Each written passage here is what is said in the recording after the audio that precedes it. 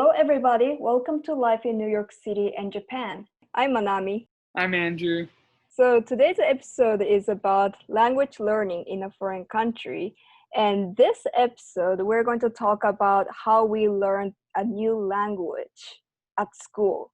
And in the next episode, we're going to talk about how we learned English or Japanese outside school. So please listen to our next episode too. First of all, I started learning English at a language school in New York at Manhattan Language, which was in the lower Manhattan. And I studied English for about 2.5 months. So I used a lot of textbooks, YouTube videos, discussions. Well, I'm very curious how you learned Japanese at school in Japan. Yes, I studied abroad in Kyoto University of Foreign Studies, and while I was there, I used a Mina no Nihongo textbook to study Japanese formally, and I also had a class about movies in Japanese where we would watch the movie and the teacher would give us a document that had words from the movie. And even sometimes we would read like lines from the movie. We would read certain quotes and we would write down the word, like one or two words of the quote, like while we're listening to the movie. I also had a philosophy class and we learned about like the philosophy of beauty in Japan. That was really complex, but I learned a lot of words. I also had a history class in Japanese. And he gave us a lot of reading about Japanese history. What is beauty of Japan? What did you learn about that? We learned more about like the revolution of handicraft in Japan. Oh, okay. Yeah, there was a famous person, Japanese first name, but like American last name would be Yanagi. Uh-huh. He developed very beautiful handicraft, and that kind of started this whole idea in Japan about like the beauty of handmade things. We also talked about Junichiro Tanizaki and like his book In Praise of Shadows. So like architecture and shadow. It was interesting though, because it was like an older guy teaching it. And so he just read a lot of philosophical texts about like Japanese, like the meaning of be. Like what is utsukushi, what is kirei. What was your favorite class? I liked the literature class a lot. I had a literature class where the teacher was an older guy from Nara, and he wrote his own book describing his own opinion about like Haruki Murakami. And so he gave each of us a copy of his book. I don't know, he went into real detail on all the short stories and like why could this be a reason, why could that be a reason. And he made each of us present every other week like a presentation in Japanese about the short story. I really liked learning about his views of why this short story is the way it is, or why this is a big issue. Did you read Haruki Murakami's book too? In English, yeah. How was it? I don't know, because so one of my coworkers used to work in the library with me, and he told me that a lot of people at the jazz department would read his books and they would think they're so deep for reading his books. It's very popular in America. Some people say it's popular because of the music references, because he always references American music. The way he writes is very poetic, not in a high class way. It's very like smooth. Did you read his book at school or did you read just by yourself? No, the teacher assigned us. Oh. In Japanese, we would read Japanese short stories. Oh, to learn Japanese. To learn about Japanese literature. Yeah. Japanese literature. Okay. And then on my own in America, I read his books in English. Yeah. Okay. Wow, that's interesting. And you said you watched some movies, right? Japanese movies to learn Japanese. What kind of, what movie did you watch? The biggest one I can remember is Okuri Bito. Oh, did you like it? I liked it a lot. Very powerful, very, very like charming in some ways. And Yeah, I loved it. I loved it. So you learned Japanese from the lines or scenes Yeah, from the movies, right? exactly. Yeah. Mm-hmm. And the teacher would go over it with us and answer any questions about grammar or Do you think, learning language from movie can help you understand Japanese? I think if someone is like, I'm gonna learn Japanese through Netflix, and they just open up their computer and they're like, yay! Like I don't think they're gonna learn that much. But if like you have a textbook and like maybe you have like a lesson a week and you're watching movies, then you can learn. But I Yeah, think if you just watch like anime in Japanese all the time, I mean, you'll learn words, but the thing is, that's not how real Japanese people speak all the time. yeah, I agree with that. But maybe if you watch like Terrace House or real Japanese people talk, maybe you'll learn a lot, I think. Yeah, I think so. Well, when I was at language school, Yeah. I used like textbook. I don't remember the name of the textbook. And also we used like TED Talks. We used a lot of TED Talks videos to learn English. And then, in TED Talks videos, there are so many, speakers who have Right. different accents. So sometimes, even if I learned English for many years, sometimes the accent can be challenge for me to understand what they're saying. Right. We also learned grammars or formal English from textbooks. So that helped me to learn a basic English and how to create the correct English sentence. And the video can help me to level up my English skills. That's amazing. So Kyoto Gaidai, where I went, they're also the host of TEDx Kyoto. Mm-hmm. So one of my teachers was the host of that. And so every class he would show us TEDx talks. Is that in Japanese? No, they would be in English, but he would put Japanese subtitles. Oh, okay. Also, we had a lot of discussions. So whenever we watch TED Talks videos, we always, have discussion about, after we watched it and practiced how to speak English. Wow. Did you have a lot of discussion in Japan, in Japanese class? Yeah, actually, one of the topics was about zoos. Like the teacher, yeah, zoos in Japan? Yeah, or zoos in general. Zoos in general, okay. Yeah, the Japanese discussion was about whether we agree or disagree with zoos. That's like interesting. Sansei or Hantai. Yeah. How did it go? It's really interesting. Yeah, I mean, some of us said, well, I don't like how the animals are treated, and I don't like seeing animals in cages.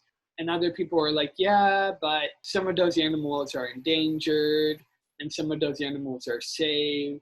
That sounds like a little difficult. Did you divide the classes based on your Japanese level? Yes. In English language school, there's a bunch of different levels, like a lower beginner, beginner, upper beginner, lower intermediate, intermediate, upper intermediate, like a lower advanced. There's so many different types of levels.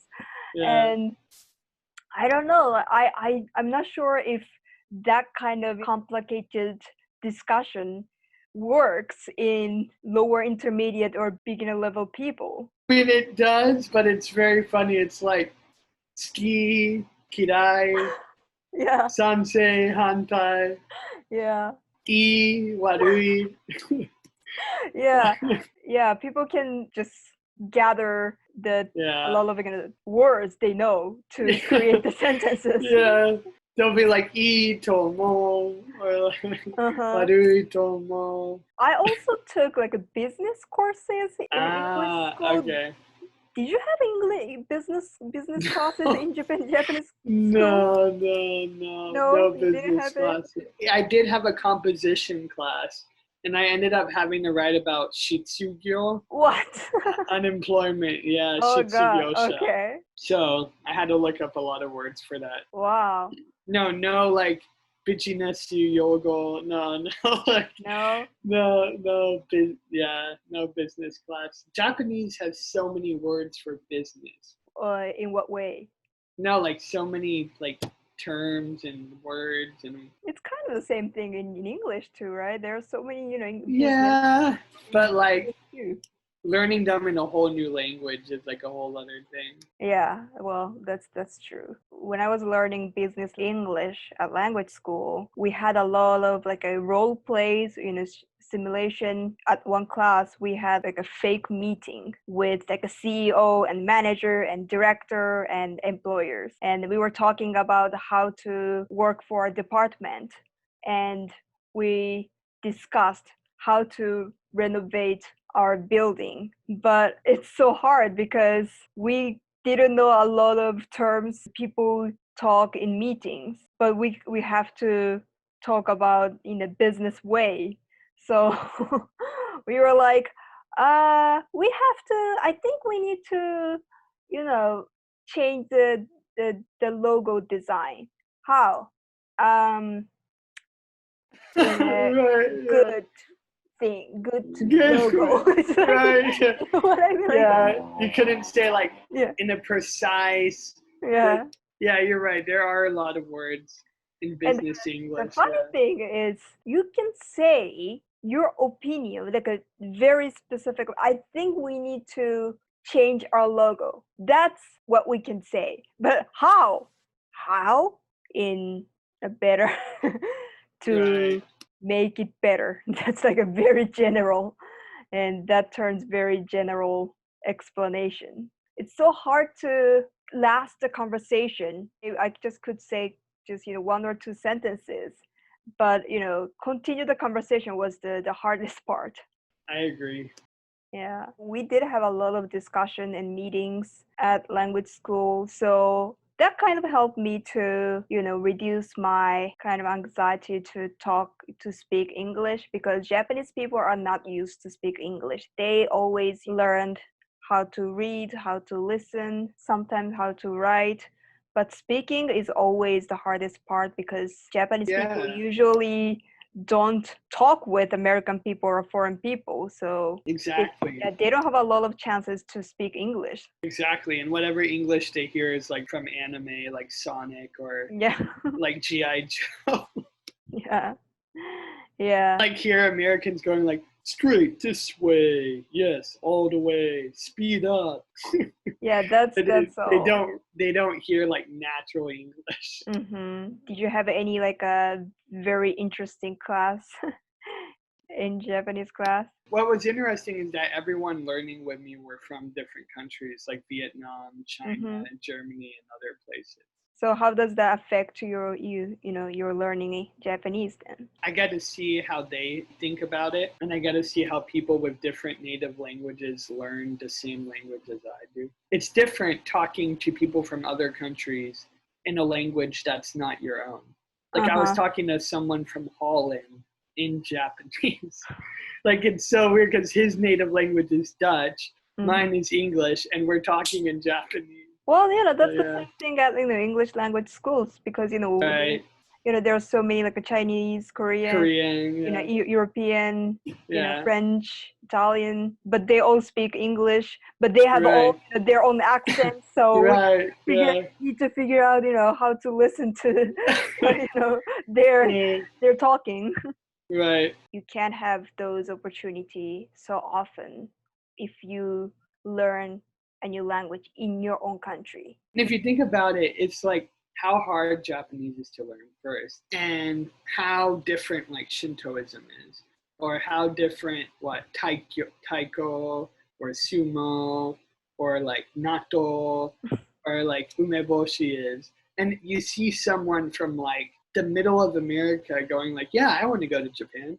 Like if you think about it, it's just like, wow, not too many countries attract people like from literally the middle, like not the middle of nowhere, but like attract people from like other countries to just want to go there.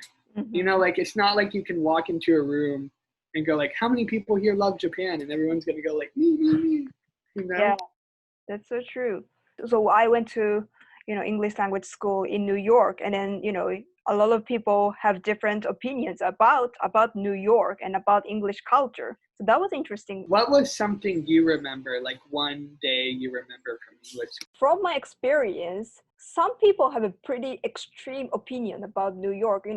People, come to New York with a lot of, great expectations, and this is gonna be my dream life, and then they face their reality, and they're like, I hate New York. I saw those people. Is there any day you remember, like, oh wow, that person was so interesting, like what they said, or that teacher was so cool? I don't know. Well, I think the English education here itself is different from Japanese English education.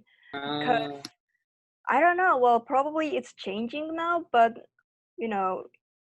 as far as I remember, when I studied English teachers kind of expected me to have the only one correct answer. But in a language school in New York, teachers expect me to share my opinion. So that's kind of the different thing. So I kind of had to get used to it, but I really like that aspect of English education here.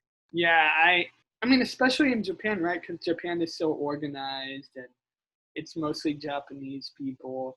Yeah. Like when you come here to like America and you're like, whoa, I'm learning English with like people from, I mean, all around the world. Like it's just a different experience. Mm-hmm. Yeah. I guess what I want to say about learning language is like always push yourself to learn.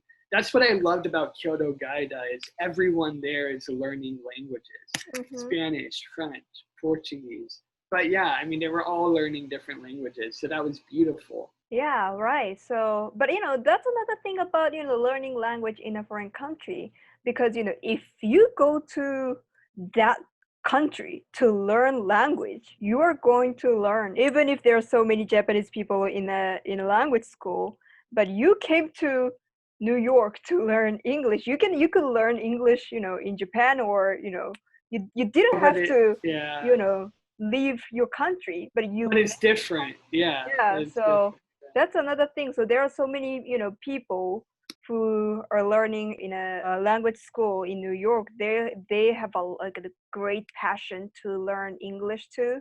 So that's another thing I noticed here. Yeah, that's very powerful. Yeah, it's very different from learning language at school in Japan, because there are of course a lot of people who love to learn English, but not everyone wanted to learn English so deeply. When you go to language school in New York, yeah, they're learning English.